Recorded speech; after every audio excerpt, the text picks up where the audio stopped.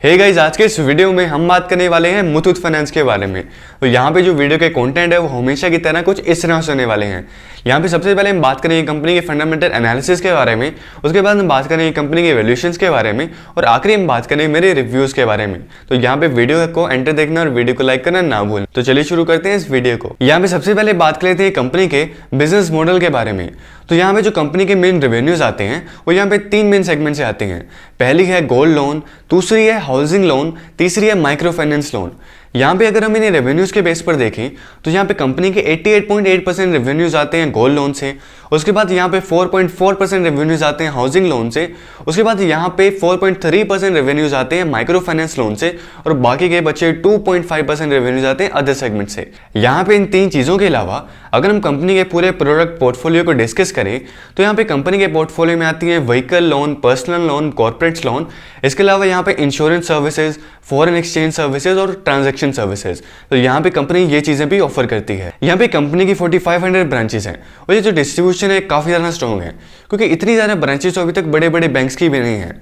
इसके साथ साथ यहाँ पे कंपनी के पास 176 टन गोल्ड रखा है एज ए सिक्योरिटी। इसके साथ साथ यहाँ पे कंपनी 8 मिलियन से ज्यादा लोगों को अभी तक लोन दे चुकी है। इसके अलावा अगर हम इनके इंडिया प्रेजेंस को जियोग्राफिकली देखें तो यहाँ पे साउथ में इनका 60% शेयर है, नॉर्थ में इनका 17% शेयर है, वेस्ट में इनका 16% शेयर है और ईस्ट में इनका 7% शेयर है। अब बात करते हैं कुछ इंपॉर्टेंट पॉइंट्स के बारे में। पहला है गोल्ड एज ए एसेट। यहाँ पे गोल्ड को ना हमेशा एक अच्छा एसेट समझा जाता है। जब भी बैड इकोनॉमिक कंडीशंस आती हैं, इस तरह की सिचुएशंस आती हैं तो यहाँ पे लोग ज़्यादा से ज़्यादा गोल्ड खरीदते हैं क्योंकि यहाँ पे उन्हें ये सबसे ज़्यादा सेफेस्ट ऑप्शन लगता है। उसके पीछे के रीजन से हैं, यहाँ पे जो गोल्ड की वैल्यू होती है वो काफ़ी स्टेबल रहती है। हिस्टोरिकली डाटा को देखें तो यहाँ पे गोल्ड की जो वैल्यू है वो इजीली डिप्रिशिएट नहीं होती और यही रीज़न है कि यहाँ पे लोगों को काफ़ी सेफेस्ट ऑप्शन लगता है। और यही रीज़न है कि यहाँ पे जब बैड इकोनॉमिक कंडीशंस आती हैं तो यहाँ पे गोल्ड के प्राइस इंक्रीज होना शुरू हो जाते हैं और इसका फायदा यहाँ पे कंपनी को भी होता है। यहाँ पे सेकंड पॉइंट है लोन टू वैल्यू रेशियो।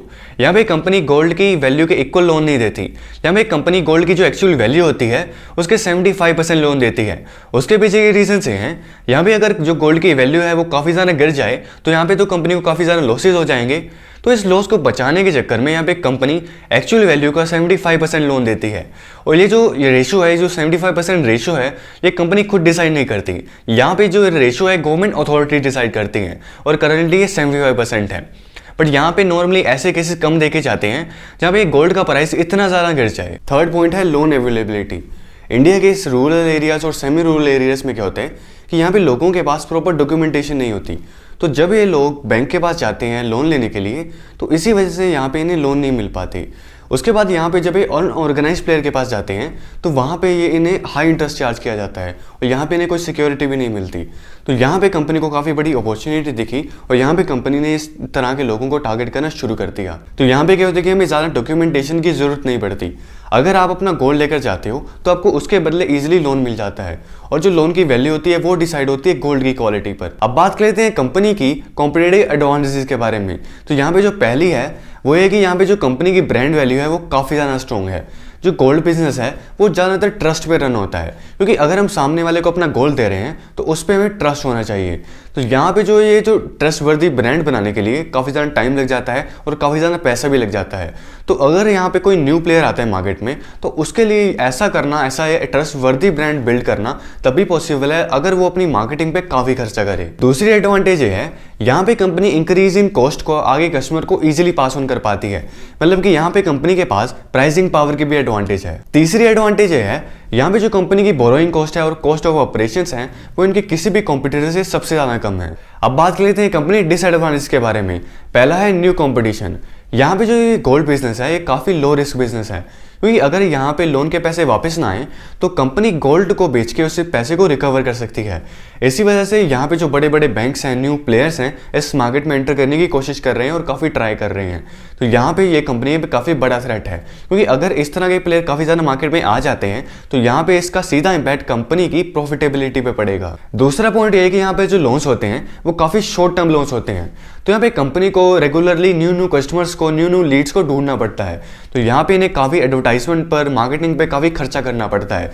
तो यहाँ पे कंपनी के पास एडिशनल कॉस्ट है। तीसरा पॉइंट ये है, यहाँ पे जो गोल्ड लोन्स होते हैं वो mainly small businesses, small traders लेते हैं।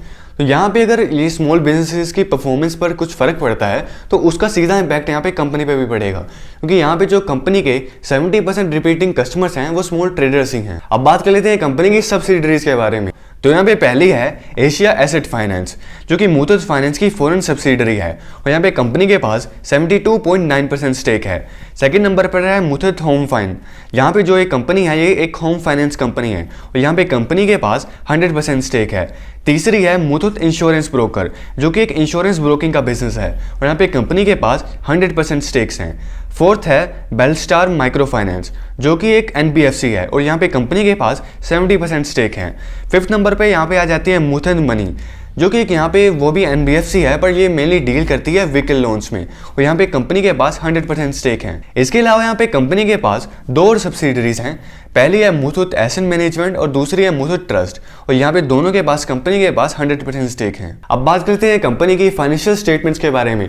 इससे पहले कि हम फाइनेंस को डिस्कस करें, अगर आपने मुझे अभी तक इंस्टाग्राम पे फॉलो नहीं कर रखा ना, तो ये रहा मेरा इंस्टाग्राम हैंडल, जाके जल्दी से फॉलो कर लेना, क्योंकि यहाँ पे मैं यूट्यूब और इंस्टाग्राम पे ही ज़्यादा एक्टिव रहता हूँ। तो सबसे पहले अगर हम बात करें कंपनी के रेवेन्यूज़ के बारे में, तो यहाँ पे 2016 में कंपनी के रेवेन्यूज थे 1419 करोड़, 2017 में थे 5910 करोड़, 2018 में थे 6712 करोड़, 2019 में थे 7594 करोड़ और इस साल 2020 में 9687 करोड़ हो गए। बट अगर हम बात करें ओवरऑल ग्रोथ की, तो यहाँ पे कंपनी ने पिछले 5 साल में 17% की ग्रोथ दिखाई है, जो कि बढ़ के पिछले 3 साल में 18% हो चुकी है, जो कि काफ़ी अट्रैक्टिव है। इसके साथ साथ अगर हम बात करें कंपनी के प्रॉफिट्स के बारे में, तो यहाँ पे 2016 में कंपनी के प्रॉफिट्स थे 814 करोड़, 2017 में थे 1200 करोड़, 2018 में थे 1829 करोड़, 2019 में थे 2078 करोड़, 2020 में हो गए 3138 करोड़। बट अगर हम बात करें ओवरऑल ग्रोथ के बारे में,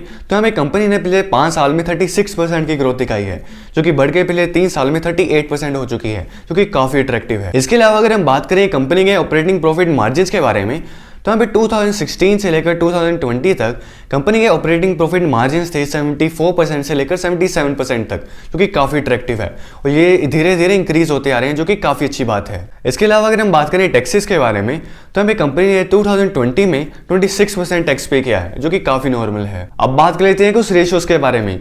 सबसे पहले हम बात कर लेते हैं ग्रॉस एनपीएस के बारे में। एनपीए मतलब नॉन परफॉर्मिंग एसेट्स।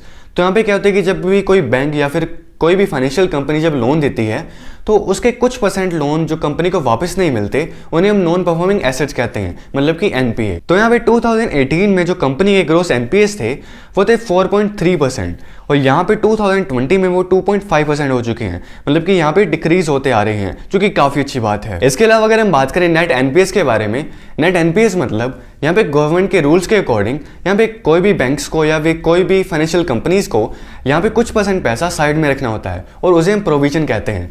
तो यहाँ पे अगर हम एनपीएस में से प्रोविजन को माइनस करते हैं तो यहाँ पे हमारे पास नेट एनपीएस आ जाते हैं। तो यहाँ पे 2018 में जो कंपनी के नेट एनपीएस थे वो थे 1.7, जो कि यहाँ पे 2020 में 0.5 हो चुके हैं, मतलब कि डिक्रीज हो चुके हैं, जो कि काफ़ी अच्छी बात है। तीसरे नंबर पे अगर हम बात करें आरओई के बारे में, आरओई मतलब रिटर्न्स ऑन इक्विटी। कंपनी अपने शेयर होल्डर्स की इक्विटी पर, उनकी इन्वेस्टमेंट्स पर कितने रिटर्न्स लेकर आ रही है, इसे हम कह देते हैं आरओई। तो हमें कंपनी का पिछले 5 साल का जो आरओई है वो है 22%, जो कि बढ़ के पिछले 3 साल में 26% हो चुका है, जो कि काफ़ी अट्रैक्टिव है। इसके अलावा अगर हम बात करें आरओए के बारे में, आरओए मतलब रिटर्न ऑन एसेट्स। यहाँ पे कंपनी अपने एसेट्स पर कितने रिटर्न्स लेकर आ रही है, इसे हम कह देते हैं आरओए। तो यहाँ पे कंपनी का जो आरओए है वो है 6.56%, जो कि काफ़ी सही है। अब बात कर लेते हैं कंपनी की मैनेजमेंट के बारे में।